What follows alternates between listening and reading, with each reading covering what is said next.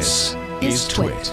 So, gender equality in the workforce is something that many organizations are striving for and they're trying to improve. But the question is, are we really doing enough? So let's talk a little bit about facts first. We take the global gender gap rankings, and currently the United States is still ranked at 45th in the list, with a surprising Iceland coming at the top, Finland, Norway, and Sweden, but with other global companies like Russia being at 75, China at 99, and Japan at 111.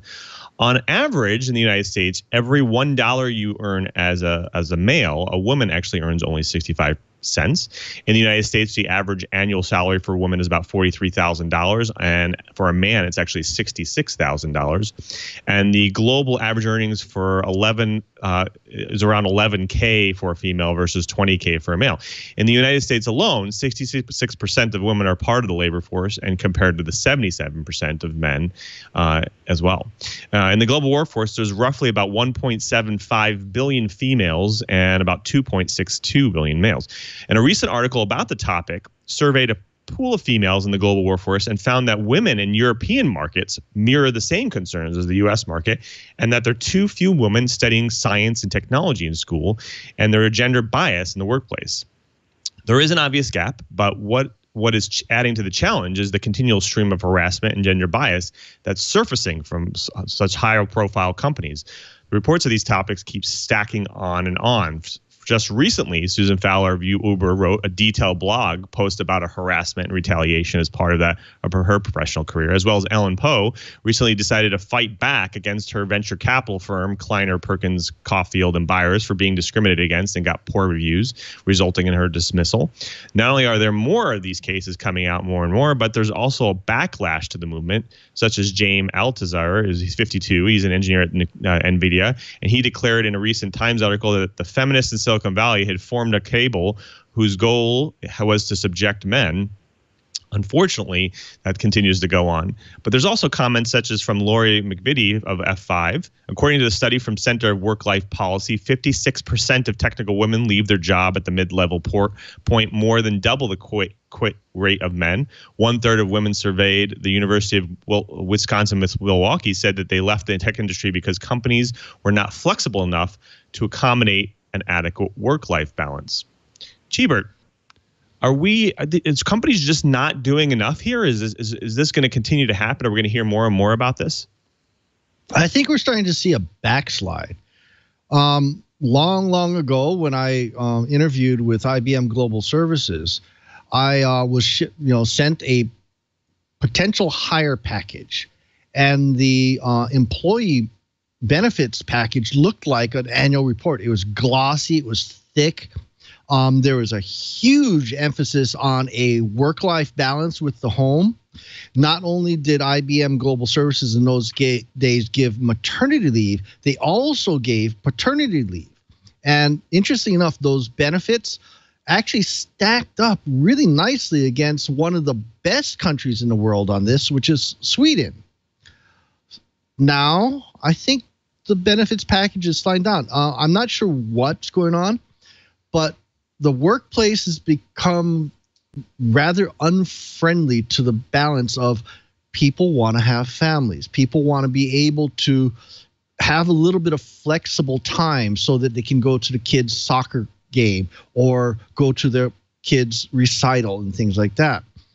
So I think America has gotten so wrapped up in the bottom line that they keep forgetting that they're losing their talent. The University of Hawaii actually has been losing a ton of talent, and I think some of it might be because of the flexibility.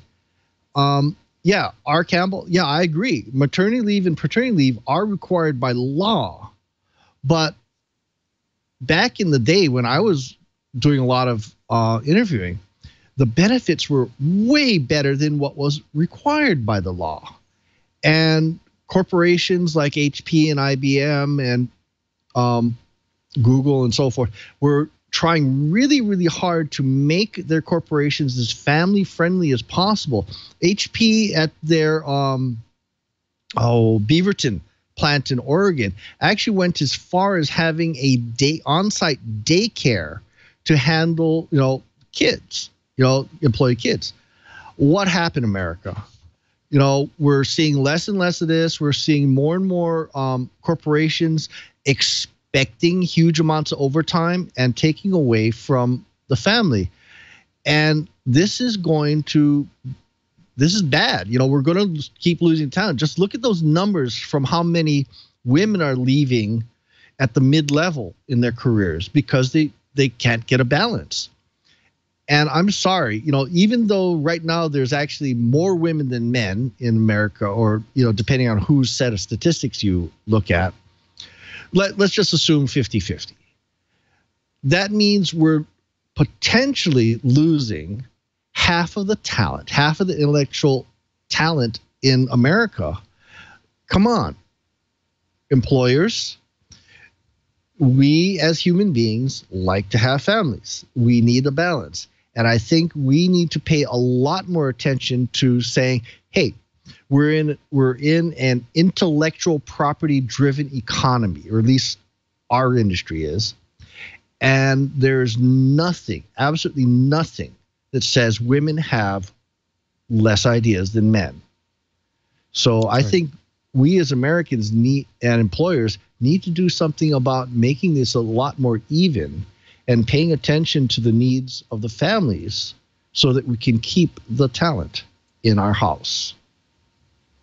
That's right. I think you called out a couple points too. I think there's, you know, a lot of people are just afraid. I think R. Campbell in the chat room actually brought it out as, people are workaholics, and so they tend to worry about taking leave or taking vacation, taking parental leave, taking vacation, being with the family, because they tend to worry about the fact that they maybe get behind, or, you know, they'll get left out, or they'll get things, you know, have things change underneath the covers. There's several examples in the article that we pointed out today that, you know, people are saying, hey, you know, I went on vacation or parental leave. When I came back, my team was different, or, my accounts were gone, or something like that. And I guess these types of things are constantly happening. And so again, it creates the fear in people that, you know what, just stay at work, don't go away, because they're going to end up changing something on you. And I just think that these types of patterns need to change. Companies need to have a forcing function to move into a different direction. These types of things. You know, also interesting note about the fact that I think you noted here is that IBM is kind of moving away from the kind of remote worker sense. You know, we don't want these teleworkers out anymore. We want people in the office on site. Now, you know, at Microsoft, we don't, you know, where I work, you know, they don't require that. You can work from home if you need to. It's pretty flexible. As long as you get your project done, you hit your milestones and your dates and at the high quality bar. But there are companies, like we said, IBM is trying to move in the opposite direction. Cheaper, do you think that this is just a better pattern to have, to move in that direction, so that more people are on work, they're FaceTime, they basically involved, and there's less opportunity to kind of change things under the covers for them? Yeah, I'm always of the opinion that there needs to be a balance. You know, I have some cases where I need to work from home. I want that option. It is a benefit.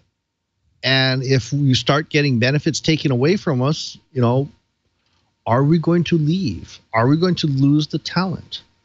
You know, there are organizations that are, really good. They actually say, hey, you know, you are going to lose your vacation. We want you to take vacation. We want you to lower your stress levels. You know, Stimpy Cat. Yeah, I agree. I work at a university of 30,000 students. That's Stimpy Cat. But the HR is in the 1950s. I agree. We need to have a balance. There's been some wild talk about going to a 4-day work week. I don't know. But we need a balance. If we're going to be able to compete globally, we can't afford to lose talent. And talent goes where they're comfortable. You know, I'm actually thinking really, really hard, because I've got a manager that's driving me out of my mind.